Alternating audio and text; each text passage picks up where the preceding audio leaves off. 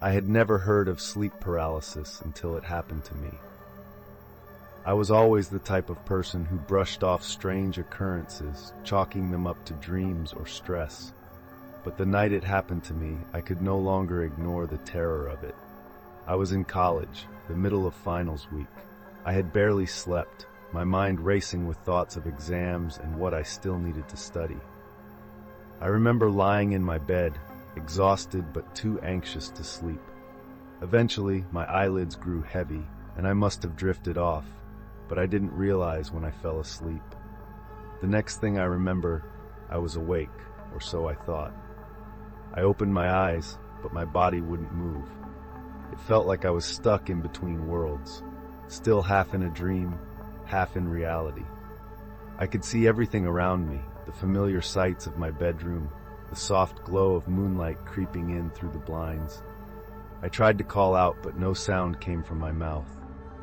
My muscles felt like they were made of stone, completely unresponsive to my desperate attempts to move. Then I heard it, a faint scraping sound, like something dragging across the floor. My heart raced. I wanted to scream, to move, to get up, but I couldn't. Slowly, the sound grew louder and more distinct. It was coming closer. I tried to turn my head to the side, and that's when I saw it. A figure stood at the foot of my bed. It was tall, impossibly tall, its body cloaked in darkness, features obscured. The only thing I could make out clearly was its eyes, glowing red, staring directly at me with an intensity that made my blood run cold. It was moving, gliding toward me, as if it weren't walking at all but floating above the ground. The scraping sound continued, growing louder and more rhythmic with each step. I couldn't breathe. I couldn't speak. I just stared at it, frozen in fear. It reached my bedside and leaned over me, its face now inches from mine. I could smell something foul, like old rotting leaves, but I couldn't move away from it. It felt as though its eyes were peering into my soul. Then, without warning, it opened its mouth. A horrific screech filled the room, the kind of sound that vibrated through your bones, the kind of noise that should never come from a human throat. I could feel the air around me grow colder, the pressure in the room increasing with every second. Finally, with all the strength I could muster, I snapped awake. I gasped for air, my heart pounding in my chest. My body was still, my limbs completely unresponsive, as though the sleep paralysis had followed me out of the dream. But this time, I could move again.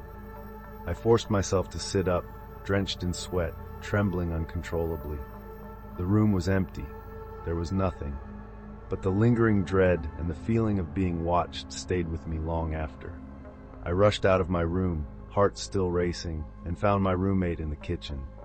He looked at me, confused. "Are you okay? You look like you've seen a ghost," he said. I didn't know how to explain it. No words could capture what I had just experienced. My mind was still reeling from what felt like a brush with something otherworldly. It wasn't until years later, when I finally opened up about the experience to a friend who had suffered from sleep paralysis, that I learned what had happened. She told me that the figures we see, those shadowy, monstrous beings, are often a common manifestation of the disorder. But the terror I felt that night, the feeling of something sinister lurking just out of sight, still haunts me to this day. And sometimes, when I lie awake in the dark, I swear I can hear the faintest scraping sound coming from somewhere in my room.